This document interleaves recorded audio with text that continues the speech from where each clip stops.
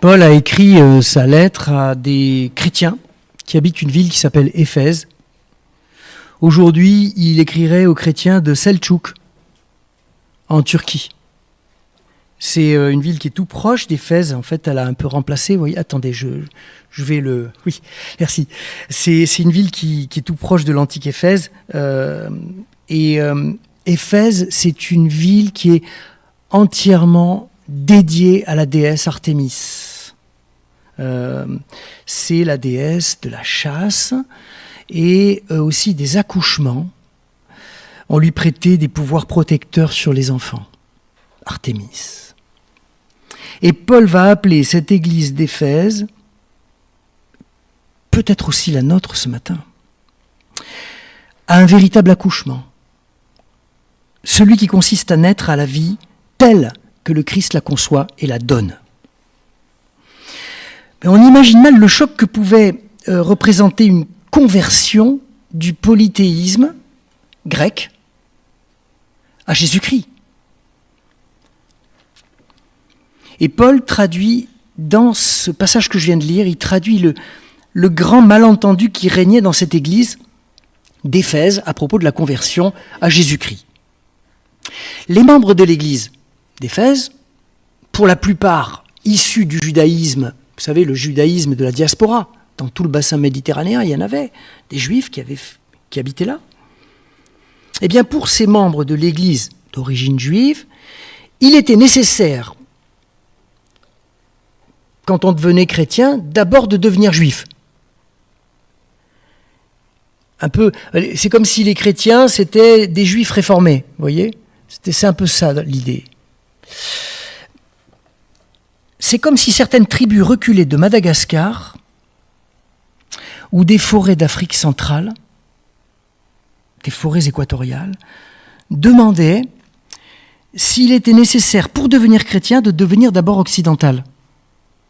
C'est le même rapport, de parler français et de prendre la Sainte Seine avec du bon vin de Bordeaux. La culture occidentale est-elle le préalable nécessaire pour devenir vraiment chrétien ? C'est ce qui se joue dans ce texte qu'on a lu. C'est de cette manière, sans en avoir toujours conscience, que les missionnaires au XIXe et au début du XXe ont évangélisé en apportant la Bible, certes, mais aussi le soutien-gorge, et aussi des recettes de cuisine, et aussi des mélodies complètement étrangères à la culture locale.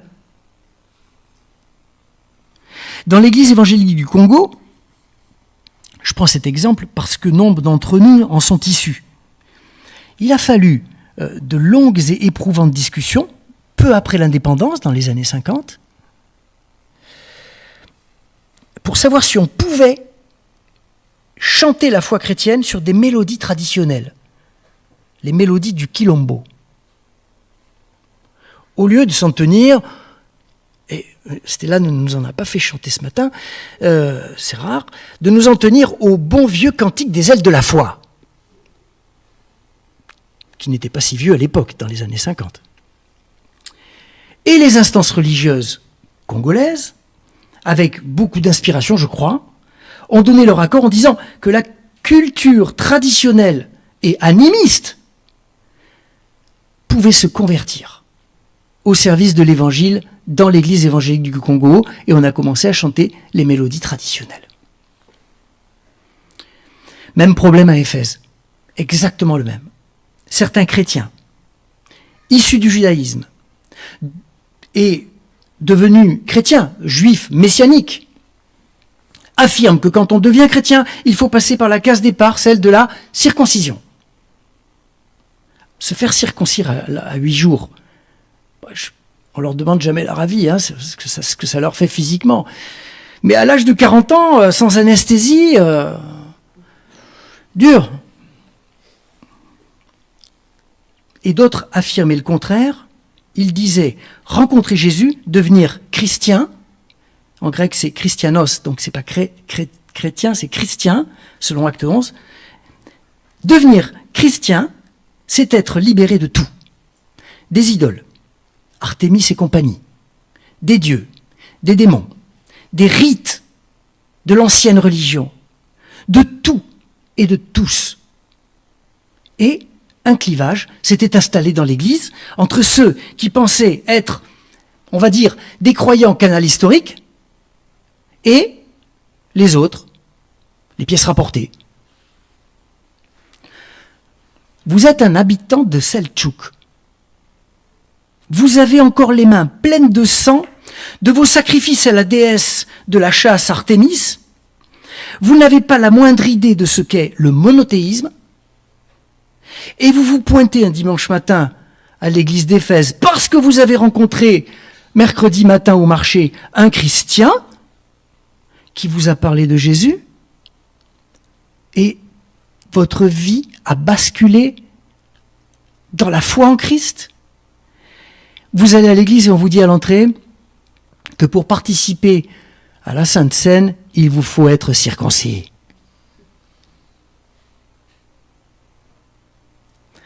Et cette façon de se comporter va à l'encontre de ce que l'Église est dans sa vocation profonde, selon Paul. Dans ce passage que nous venons de lire, Paul combat ce que j'appelle le sentiment du propriétaire. Ceux qui sont là depuis toujours, ou depuis plus longtemps que les autres, posent leurs conditions, ajoutent des règles, disent ce que l'Église doit être, et évidemment, à grand renfort de versets bibliques, bien sûr. Ils font du chemin d'accès à Jésus-Christ et à son Église un véritable parcours du combattant. Ils dressent des barrières, érigent des murs de séparation. Ici, entre les juifs et les non-juifs, ailleurs, entre les riches et les pauvres, entre les hommes et les femmes, entre les bien-nés et les migrants, entre tout ce que vous voulez. Les catégories ne manquent pas. Et Paul leur dit, vous faites fausse route en élevant des murs.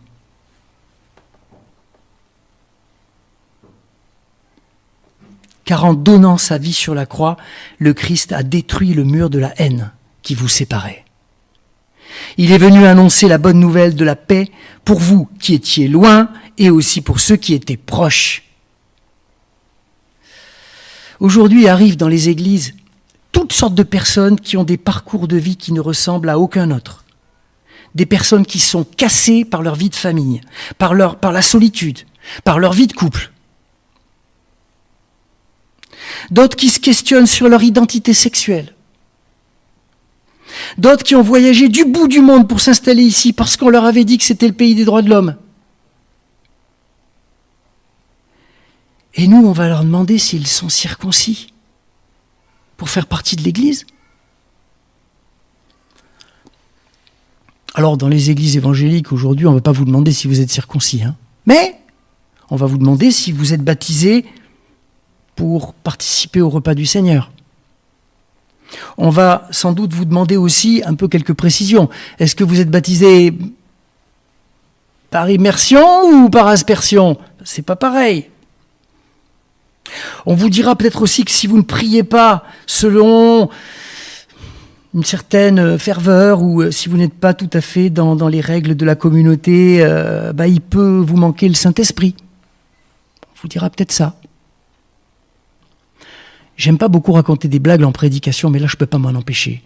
Vous me le pardonnez ? Ça se passe au ciel. À la porte d'entrée du paradis, évidemment, il y a qui ? Saint-Pierre, c'est Saint-Pierre, qui fait l'accueil. Et voilà des gens qui arrivent, et Pierre leur propose de visiter le paradis. Il s'y trouve des églises partout, catholiques, protestantes, orthodoxes, syriaques, arméniennes, maronites, grecques, catholiques, melkites, anglicanes, tout ce que vous voulez. J'ai pas fini la liste. Et les nouveaux arrivants sont conduits devant une enceinte avec des murs très élevés, d'où l'on entend derrière des chants bien rythmés. Il demande à Pierre, mais qui se trouve donc derrière ces hautes palissades ? Et Pierre leur répond, chut, ça c'est les évangéliques. Ils sont convaincus d'habiter seuls au paradis. Mais ça, Cette petite blague, je vous la raconte pour qu'on comprenne bien ce que c'est que le sentiment du propriétaire que combat Paul ici, précisément dans l'Épître aux Éphésiens. Et il nous l'écrit à nous aujourd'hui. Vous voyez une personne de couleur, un black, comme on dit, entrer dans votre communauté. Vous lui posez la question, vous êtes africain, je suppose? L'autre vous répond, non, je suis français depuis 5 générations.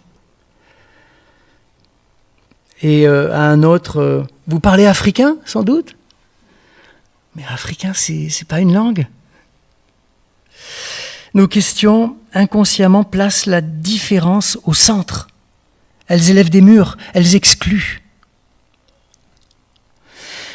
Quand j'étais pasteur au Liban, une dame de l'église bien française, tout comme il faut, me dit un jour, « Je ne reconnais plus mon église. Il n'y a plus que des noirs. » Je lui répondais, avec tout le tact que vous me connaissez, que ça tombait bien parce qu'elle allait pouvoir enfin découvrir le véritable visage de l'église du Christ. Non plus son église à elle avec un petit e, mais l'église du Christ composée de tous ces visages, de toutes ces couleurs, de toutes ces langues, de toutes ces histoires de vie. Tenez, des personnes originaires du Maghreb entrent chez nous. Ce sont forcément des musulmans convertis. Ben non. Ce sont des Kabyles chrétiens depuis le XIXe siècle. Dans l'Église du Christ, vous voyez, l'important est ailleurs. Qu'on soit d'origine juive ou grecque, à Éphèse, il y a 2000 ans, qu'on soit de bons protestants, estampillés Église évangélique libre, vous voyez, les bons, les vrais protestants, qu'on soit des nouveaux convertis, ou encore des femmes, des hommes en recherche de Dieu, venant avec toute la complexité de leur existence. Ce qui est essentiel, ce n'est pas notre pédigré évangélique, protestant, c'est pas notre statut social, c'est pas notre genre. Ce qui est important, c'est que Christ a donné sa vie pour le genre humain. Et qu'à tous ceux qui entrent ici pour poser un moment leur fardeau, pour prier Dieu ou pour devenir, comme nous l'avons vu il y a quelques dimanches, membres de la communauté, Paul dit, le Christ dit, « Bienvenue, vous êtes ici chez moi. » Il y a de la place donc pour tous. Vous faites partie de la maison qui est construite. Et vous formez avec tous les autres un lieu où Dieu habite par son Esprit Saint.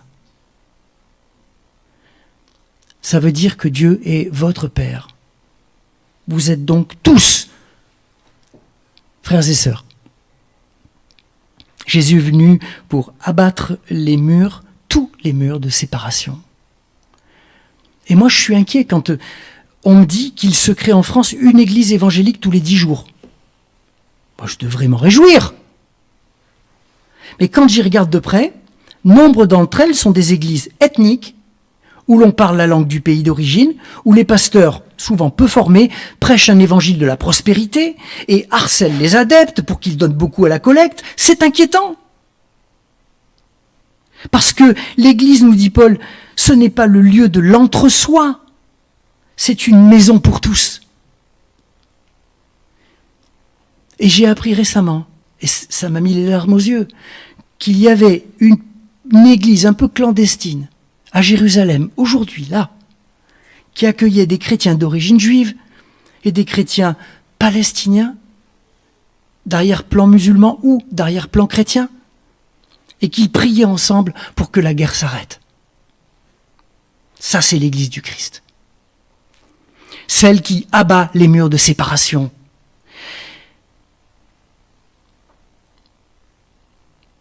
Et Dieu sait que ces murs sont hauts, ceux-là.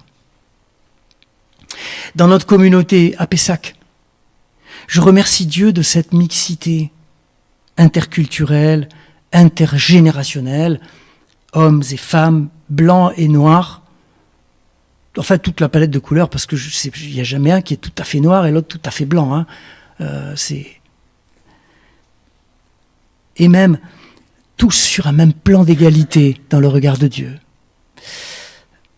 Je ne dis pas que des chrétiens qui sont issus d'une même histoire, d'une même origine ecclésiale, culturelle, partageant aussi la langue et l'expérience de la migration, je ne dis pas qu'ils n'ont pas à se retrouver, à se réunir. Et dans notre église ici, se réunissent le dimanche après-midi une communauté malgache et aussi le samedi la communauté congolaise.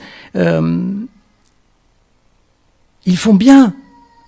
Ils font bien, d'autant qu'ils ont à cœur de rejoindre notre église aussi. Et de vivre cette mixité culturelle que je crois très évangélique. Je ne dis pas non plus qu'il ne faut pas avoir d'identité. Comme Église évangélique libre, nous avons des textes, une confession de foi, des principes, une histoire. Mais l'apôtre Paul nous avertit. Il nous dit que quand l'identité devient un motif d'exclusion de l'autre, de jugement de l'autre, eh bien, elle suit ses mauvais désirs, ceux de la domination et de la puissance. Elle fait de la vérité un conformisme exclusiviste et non une vie à expérimenter ensemble à la suite du Christ. Voilà. Ce matin, nous sommes tous appelés à abattre les murs de séparation que nous avons dressés, que nous avons construits dans nos familles, dans notre couple, dans l'Église, entre les Églises, et plus largement encore dans toutes nos relations, entre les mangeurs de viande et les végétariens, entre les sportifs, les intellos, entre les mariés et les divorcés, entre les féministes, les masculinistes, entre tout ce que vous voulez. Notre monde est clivé de toutes parts. Nous sommes appelés à ne plus faire peser sur les autres, au nom d'une vérité étriquée, des charges, des jugements écrasants, définitifs, dont le Christ est venu nous libérer.